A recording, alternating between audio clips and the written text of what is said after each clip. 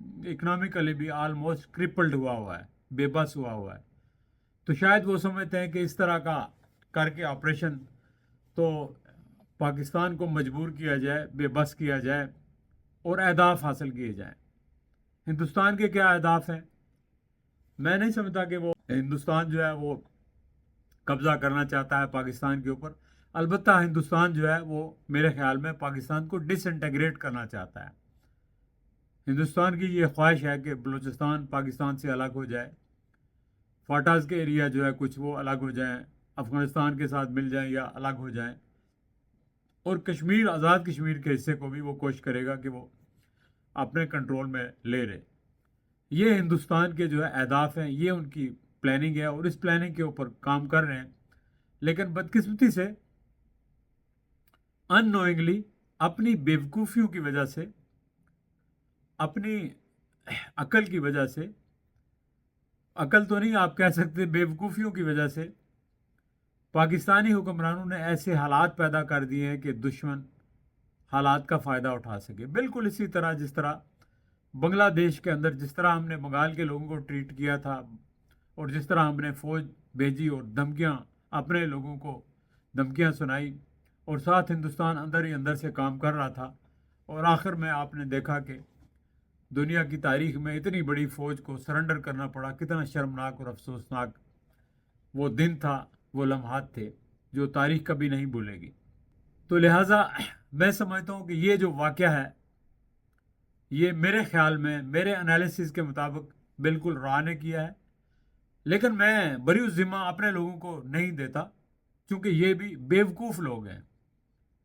ہو سکتا ہے کہ انہوں نے بھی کہا ہو کہ ملک کے جو حالات ہیں ان سے، حالات سے جان چھڑانے کے لیے ایسا کیا جائے، یہ بھی ممکن ہے. لیکن میں سمجھتا ہوں کہ اس واقعے کی انٹرنیشنل سطح پر انویسٹیگیشن ہونی چاہیے، یونائٹڈ نیشن کو انویسٹیگیشن کرنی چاہیے، اور جو بھی اس کا ذمہ دار ہے اس کو ضرور سزا ملنی چاہیے. دہشت گردی کا کسی کو کوئی سرٹیفکیٹ نہیں ملنا چاہیے. نہ دہشت گردی سے ملک آزاد ہوتے ہیں، نہ آزادیاں ملتی ہیں، نہ قومیں آزاد ہوتی ہیں. اگر کشمیر نے آزاد ہونا ہے تو میں سمجھتا ہوں کہ پیسفل جو جدوجہد رہے گی، سارے لوگ جس میں شامل ہوں گے، اس کے ذریعے کشمیر آزاد ہو سکتا ہے. کسی دہشت گردی کے ذریعے نہیں، کسی جہاد کے ذریعے بھی نہیں ہو سکتا، کیونکہ جہاد کا ہمارے ہاں جو تصور ہے، اب زمانہ بہت بدل گیا ہے.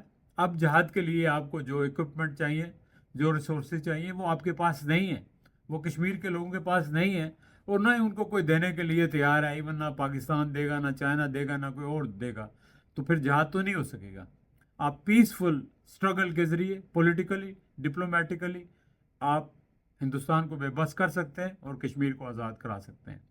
لیکن اب اگلا جو کوشچن ہے کہ اب کیا ہوگا. دیکھیں، اب حالات اس نہج پر ہیں کہ ہندوستان اور پاکستان کے درمیان کوئی ٹٹ فار ٹیٹ ہو سکتا ہے. لیکن سوال یہ ہے کہ اس کے نتائج کیا ہوں گے.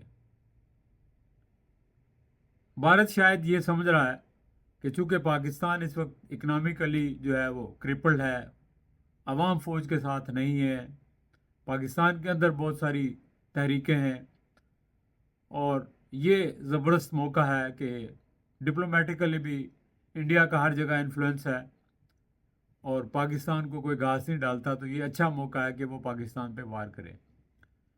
لیکن آپ نے یہ مقولہ تو سنا ہوگا نا کہ جب گیدڑ کی موت آتی ہے تو وہ شہر کی طرف آتا ہے، اور کبھی کبھی جو ہاتھی کی موت بھی چونٹی کی وجہ سے ہو جاتی ہے. تو میں سمجھتا ہوں کہ یہ ہندوستان کا غرور، تکبر اور اپنے آپ کو اوور ایسٹیمیٹ کرنا، شاید یہی ہندوستان کی تباہی کا باعث ہو. تو ہندوستان کو، بھارت کو بالکل ایسا نہیں کرنا چاہیے، چونکہ پاکستان کے پاس بھی نیوکلیئر ہے، اور یہ پاکستانی بیوقوف لوگ ہیں، ان کو کوئی کنسٹرکٹیو کام تو آتا نہیں ہے. البتہ لڑنا جھگڑنا جو ہے اس میں یہ ماہر ہیں، اور اگر لڑائی ہو گئی تو شاید پھر ہندوستان کے لیے بھی، پورے خطے کے لیے یہ اچھا نہ ہو، اور آنے والی نسلوں کو بھی اس کے نتائج بھگتنا پڑیں گے.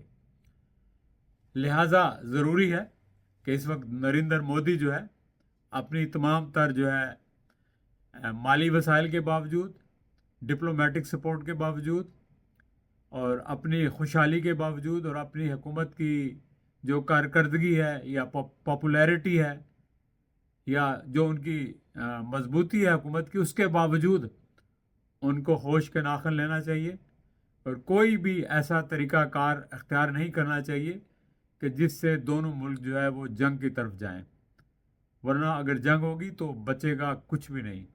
پاکستان تو ویسے ہی ٹوٹا پھوٹا ہے، ویسے ہی بدحال ہے، لوگ پریشان ہیں، بیمار ہیں، اور ہے بھی چھوٹا خطہ لیکن ہندوستان تو بڑا ملک ہے۔ اور پاکستان کے اندر اگر خدا نہ کرے وہاں تک نوبت آئے، اگر ایسی نوبت آ گئی کہ آپ لوگوں نے ایک دوسرے کے اوپر نیوکلیر استعمال کیے، تو یہ یاد رکھیں کہ شاید دنیا میں کہیں اور تو مسلمان موجود ہیں، لیکن آپ ہندو جو ہیں وہ صرف بھارت میں ہی ہیں، اور شاید آپ لوگ بھی وہاں موجود نہ رہیں۔ لہٰذا آپ جو جنگ و جدل کا راستہ اختیار نہ کریں، بلکہ آپ امن کا راستہ اختیار کریں۔ اور اس واقعے کی جو ہوا ہے، میں شدید مذمت کرتا ہوں، اور اس کی تحقیقات ہونی چاہیے، اور اس کی تحقیقات انٹرنیشنل لیول پہ ہونی چاہیے، یونائٹڈ نیشن کے لیول پہ ہونی چاہیے۔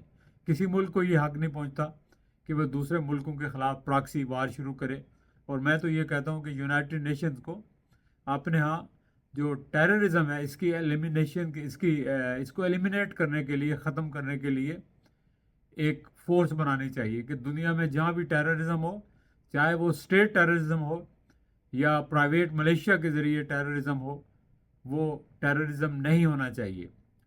پھر دہشت گردی جو ہے کیا ہے، اس کی اصطلاح اور اس کا مفہوم کیا ہے، اس کی تشریح ہونی چاہیے، اور اس کے خاتمے کے لیے یونائٹڈ نیشن کو ایک انٹرنیشنل ٹیررزم فورس بنانی چاہیے، اینٹی ٹیررزم فورس، اور کسی بھی ملک کو اپنے شہریوں کے خلاف نہ ٹیرر کا استعمال کرنا چاہیے۔ اب دیکھیں نا فلسطین میں کیا ہوا، غزہ میں کیا ہوا، پاکستان میں بھی یہ ہو رہا ہے، ہندوستان میں بھی یہ ہو رہا ہے، بہت سارے تھرڈ ورلڈ کے کنٹریز میں جو ہے اپنی حکومتیں اپنے لوگوں کے اوپر جو ہے اسٹیٹ ٹیررزم کر رہی ہیں، جو انتہائی قابل مذمت، قابل افسوس ہے، اور اس کو ختم ہونا چاہیے۔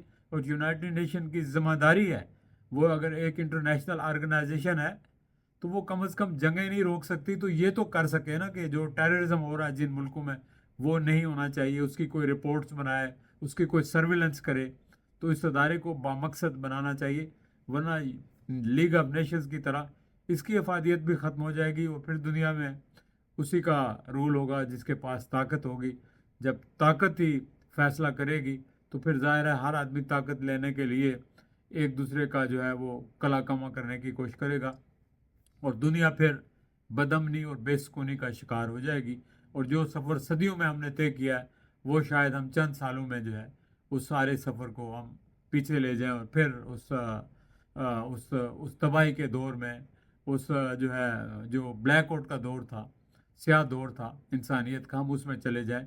تو اس سے بچنے کی کوشش کرنی چاہیے ہر شخص کو، اور بالخصوص جو حکمران ہیں ان کو، اور یونائٹڈ نیشنز کو، اور عالمی لیڈروں کو۔ چلیں دوستو، میرا حال ہے ویلاگ لمبا ہو گیا، میں آپ سے اجازت چاہتا ہوں۔ اللہ حافظ۔